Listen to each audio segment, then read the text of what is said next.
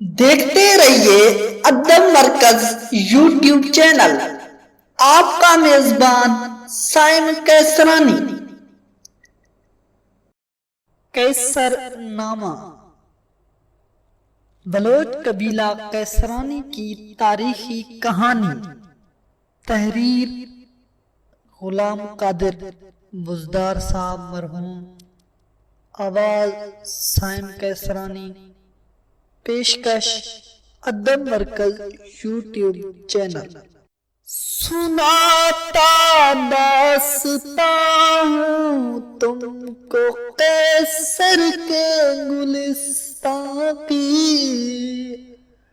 کہانی نسل قیصر کی ہے اور ان کے شبستان کی۔ غالباً 1540 میں معروف سردار میر چاکر خان رند اور میر رامن لاشاری کے درمیان گھوڑوں کے دوڑ کے معاملے پر تنازع ہوا۔ دیکھتے ہی دیکھتے ایک دوسرے کی گردنیں اتارنے کے لیے فریقین کی تلواریں بے نیام ہو گئیں اور جنگ اس قدر طول پکڑ گئی کہ 30 سال تک یہ خاندان آپس میں خون کی ہولی کھیلتے رہے۔ چنانچہ ہر دو گروہوں رند اور لاشار کے درمیان لڑائی کا نتیجہ کچھ یوں نکلا کہ اکثر لوگوں کو امن کی تلاش میں وہاں سے نکلنا پڑا اور اکثر لوگ گروہوں یا ایک خاندان کی صورت میں اپنے وطن کو خیر آباد کہہ کر اطراف کو پھیل گئے۔ ان میں ایک خاندان قیصر خان کا تھا جن کا تعلق غالباً رند قبیلہ سے تھا۔ قیصر خان ان دنوں جوانی کے حدود میں قدم رکھ چکے تھے جب سبی میں رند اور لاشار قبیلوں کے درمیان جنگ کی آگ بھڑک اٹھی تھی۔ وہ ایک مرد زیرک خیال کیا جاتا ہے، انہوں نے ابتدائی دنوں ہی سے جنگ کی ہولناکی محسوس کر لی تھی اور اپنے خاندان سمیت ایک پرامن ماحول کی تلاش کے لیے نکل کھڑے ہوئے۔ قیصر خان کی 2 بیویاں تھیں، ان کی چہیتی بیوی جو بلوچ نژاد تھی سے اس کے 3 بیٹے لشکر خان، قطب خان اور بڈا خان تھے جو سبی سے روانگی کے وقت اس کے ہمراہ تھے۔ قیصر خان کا بھتیجا بھی ان میں شامل تھا۔ قیصر خان ایک مالدار شخص تھا، ان کے پاس بھیڑ بکریوں کے ریوڑ کافی تعداد میں تھے۔ خانہ بدوشی کے دوران اس کی دوسری بیوی نے بھی 3 بیٹوں حرم، جالو اور واسو کو جنم دیا اور یہ خاندان صحرا نوردی کرتا ہوا ایک دن تھک ڈاٹ سورا سے نکل کر وادی چویل میں آ کر مطمئن ہوا۔ سورا اور چویل اس وقت بزدار علاقے میں شامل ہیں۔ یہ ان دنوں کی بات ہے جب بزدار قبیلہ یہاں آ کر آباد نہ ہوا تھا بلکہ سبی اور اس کے ارد گرد جنگ کے شعلوں کی گرمائش سے تنگ آ کر نقل مکانی کی سوچ رہا تھا۔ چویل یوں تو ایک وسیع چراگاہ تھی لیکن یہاں آبی وسائل کی کمی تھی، اس لیے قیصر خان اپنے مویشیوں کو ساتھ لے کر رود لیڑی کے کنارے بچے جی سکونت پذیر ہوئے اور کچھ عرصہ وہاں رہ کر پھر ہرن بور آ کر سکونت اختیار کر لی۔ ہرن بور میں قیصر خان نے چویل اور بچے جی کی نسبت زیادہ عرصہ گزارا۔ پھر انہوں نے سنگن ندی کے نشیبی علاقوں کی طرف سفر کرنا شروع کیا۔ گنگالی اور ڈڈاچی سے ہوتے ہوئے ایک دن مستقل صورت میں اندر کنواں موجودہ تھانہ BMP سطح آ کر سکونت پذیر ہوئے۔ کنواں اور درہ باٹھی کے بیر شرقی طرف میدانی علاقے میں ان دنوں مگسی قبیلہ آباد تھا۔ یہ لوگ زراعت پیشہ تھے اور سیلابہ وسائل آب پاشی سے ان علاقوں میں خاصی فصل ہوتی تھی۔ قیصر خان عام طور پر اپنے مویشی اور ریوڑ کو کھلا چھوڑتے تھے جو ان مگسیوں کے فصلوں کا نقصان کرتے تھے، جن سے قیصر خان اور مگسی تعلقات روز بروز کشیدہ ہوتے چلے گئے۔ خطرات کی بو پا کر حرم اور جالو نے گھر کو خیر آباد کہا۔ واسو جو ان کا حقیقی بھائی تھا قیصر خان اور اپنے سوتیلے بھائیوں لشکر خان قطب خان اور بڈھا خان کے ہمراہ مشکل سے نبردآزما ہونے کی خاطر ان کے ساتھ رہا۔ مگسیوں اور قیصر خان کے درمیان کشیدگی اس حد تک پہنچ چکی تھی کہ مگسیوں نے قیصر خان کو قتل کا ارادہ کر لیا تھا۔ چنانچہ 4 جوان تلواروں سے لیس ہو کر رات کی تاریکی میں قیصر خان کے ڈیرے پر آئے اور مال کے بار کے دروازے پر سوئے ہوئے شخص کو قیصر خان سمجھ کر قتل کر دیا، جو دراصل قیصر خان کا بھتیجا تھا۔ دوسری صبح جب یہ اطلاع پہنچی کہ قیصر خان زندہ ہے تو مگسیوں کے اوسان خطا ہو گئے، کیونکہ قیصر خان کی اعلیٰ ہمتی اور اس کے اثر و رسوخ سے وہ اچھی طرح واقف تھے۔ چنانچہ اس سے قبل کہ قیصر خان اپنے ہمسایہ قبائل سے امداد لے کر انتقام کی خاطر ان پر حملہ کرتا، مگسی رات کے اندھیرے میں نقل مکانی کر کے دریائے سندھ کے اس پار جا پہنچے اور وہاں مستقل سکونت اختیار کر لی۔ چنانچہ قیصر خان نے بڑھ کر ان کے فصلات اور مکانات پر قبضہ کر لیا۔ قیصر خان کی اولاد ان کے نام کی نسبت سے قیصرانی کہلائی اور امتداد زمانہ کے ساتھ پھلتی پھولتی رہی۔ ان کے پسران لشکر خان سے لشکری، قطب خان سے خوبدین، بڈھا سے بھڈا اور واسو خان سے واسوانی معروف قیصرانی پھلیاں ہیں۔ خاندان سرداران قیصر خان کے وفات ہونے پر سربراہی کی دستار اس کے بیٹے لشکر خان کے سر رکھی گئی۔ لشکر خان جو قیصرانی قبیلہ کی پھلی لشکری کے جد اعلیٰ تھے کے دور میں قبیلے کے کچھ افراد میدانی علاقے میں منتقل ہو گئے اور ایک بستی کی بنیاد رکھی جس کو بعد میں کوٹ قیصرانی کہا جانے لگا۔ لشکر خان کے وفات کے بعد ان کا پسر تھور بند قبیلہ کا سردار بنا۔ جب وہ اس دنیا سے چل بسے تو ان کے پسر مسو خان نے دستار سنبھالی۔ ان کے دنیا سے اٹھ جانے کے بعد ان کے پسر پشم خان کے سر دستار سرداری رکھی گئی۔ پشم خان کے وفات کے بعد جب ان کے پسر فیروز خان سردار بنے تو یہ دور قیصرانی قبیلہ کا وہ خون آشام دور اور معاشرتی موڑ کا سبب بنا جس نے اس قبیلہ کو نئے سیاسی راہ سے روشناس کیا اور نئی قیادت نے نئی راہیں متعین کر کے قیصرانی قبیلہ کو مضبوط اور طاقتور قوم کے طور پر متعارف کرایا۔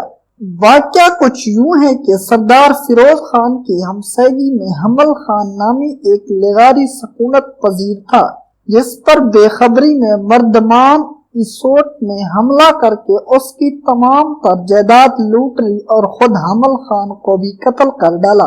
اطلاع ملتے ہی قیصرانی قبیلہ کے 40 سے زائد افراد نے روایت کے مطابق ہمسایہ گیری کا پاس رکھتے ہوئے ڈاکوں کا تعاقب کیا اور بامقام ورین شیر پٹھانوں کو جا لیا۔ پٹھان چونکہ منصوبہ بند ہو کر لڑنے مرنے کو آئے ہوئے تھے اور قیصرانی بغیر سنبھلے فوری اطلاع پر تعاقب میں آ گئے تھے تو وہ اپنے سے دگنے اور ہتھیاروں سے لیس دشمن کا مقابلہ نہ کر سکے۔ چنانچہ سردار فیروز خان مردانہ وار اپنے ساتھیوں سمیت لڑتے ہوئے شہید ہو گئے۔ کہتے ہیں اس جنگ میں موجود افراد میں سے 40 قیصرانی مارے گئے اور ان کی طرف سے صرف دلشاد خان 2 افراد کے ہمراہ لقمہ اجل بننے سے محفوظ رہے۔ دلشاد خان جو پھلی خوبدین سے تعلق رکھتا تھا نے اپنے مریضوں کی مرہم پٹی اور شہداء کی تجہیز و تکفین میں نہایت جانفشانی سے کام لیا، اس لیے قوم ان کی جواں ہمتی سے خوش ہوئی اور با اتفاق دستار سرداری اس نوجوان کے سر رکھ دی۔ اس طرح سرداری کی دستار قیصرانی قبیلہ کی پھلی لشکری سے خوبدین میں منتقل ہو گئی۔ سردار دلشاد خان ایک باہمت اور غیور سردار تھے۔ ایک اندازے کے مطابق ان کا اقتدار بھی جملہ قیصرانی سرداروں کے دور سے زیادہ لمبا تھا۔ ان کے دور میں قیصرانی قبیلہ ایک طاقتور قبیلے کی شکل اختیار کر گیا۔ دلشاد خان تقریباً 40 برس تک تمن قیصرانی کے سردار رہے۔ سردار موصوف کی وفات کے بعد ان کے بڑے بیٹے لال خان کو دستار سردار بطور وراثت مل گئی سردار لال خان فوت ہو گئے تو ان کے پسر قطب خان کے ہاتھ دستار سرداری آئی۔ یہ شخص سیاسی سوجھ بوجھ نہ رکھتے تھے اور با تدبیر بھی نہ تھے۔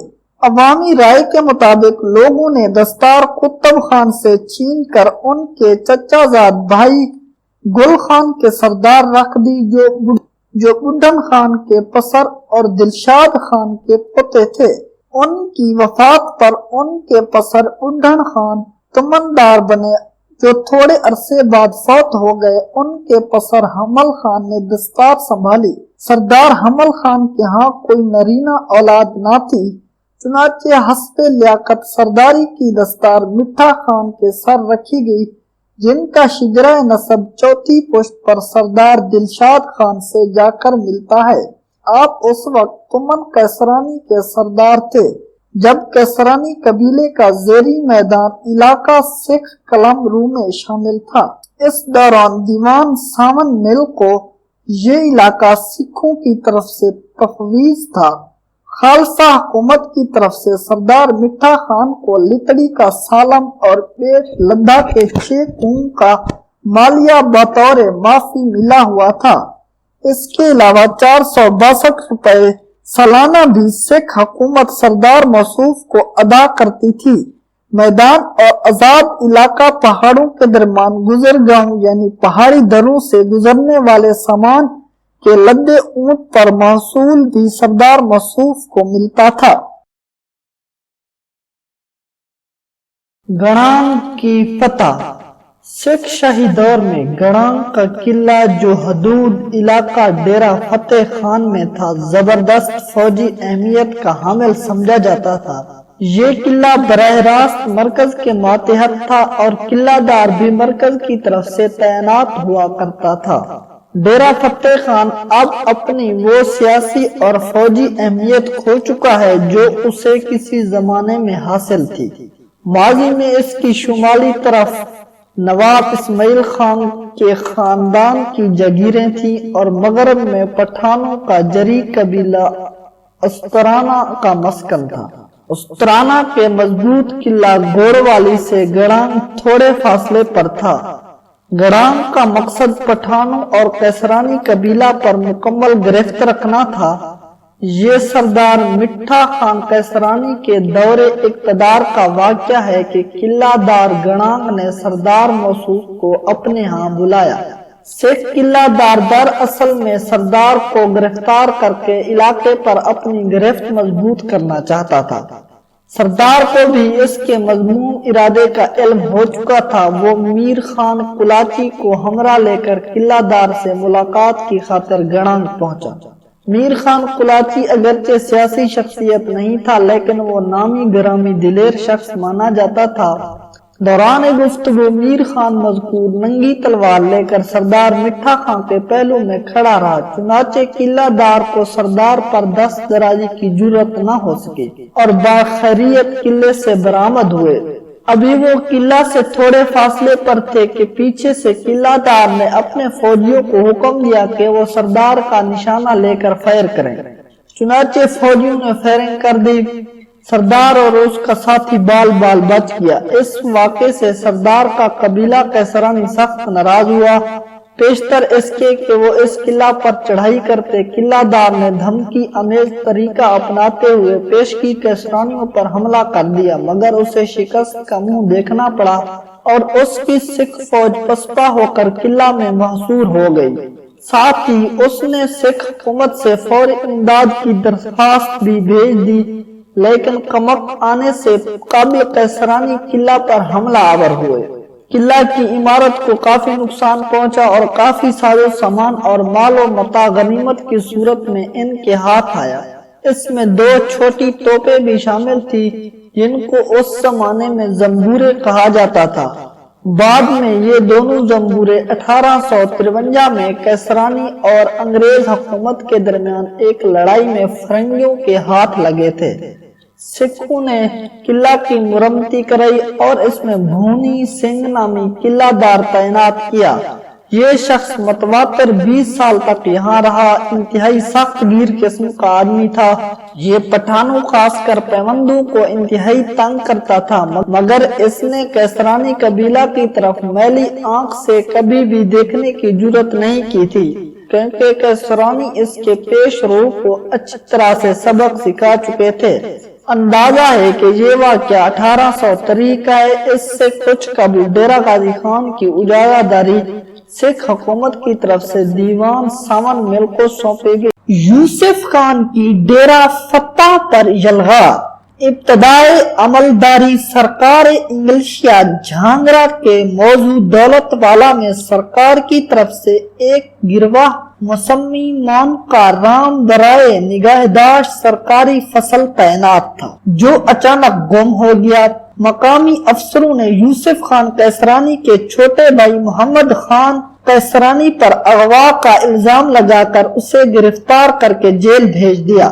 محمد خان کیسرانی ناجائز حراست میں نہیں رہنا چاہتا تھا، کیونکہ وہ آزاد فضاؤں کا رہنے والا آزاد منشا انسان تھا۔ جیل میں اس کا دم گھٹنے لگا، چنانچہ وہ جیل سے فرار کی خاطر جیل خانے کے دیوار سے کود پڑا، جہاں سے اسے شدید چوٹیں آئیں اور موقع پر گرفتار ہوا اور پھر جیل میں بند کر دیا گیا۔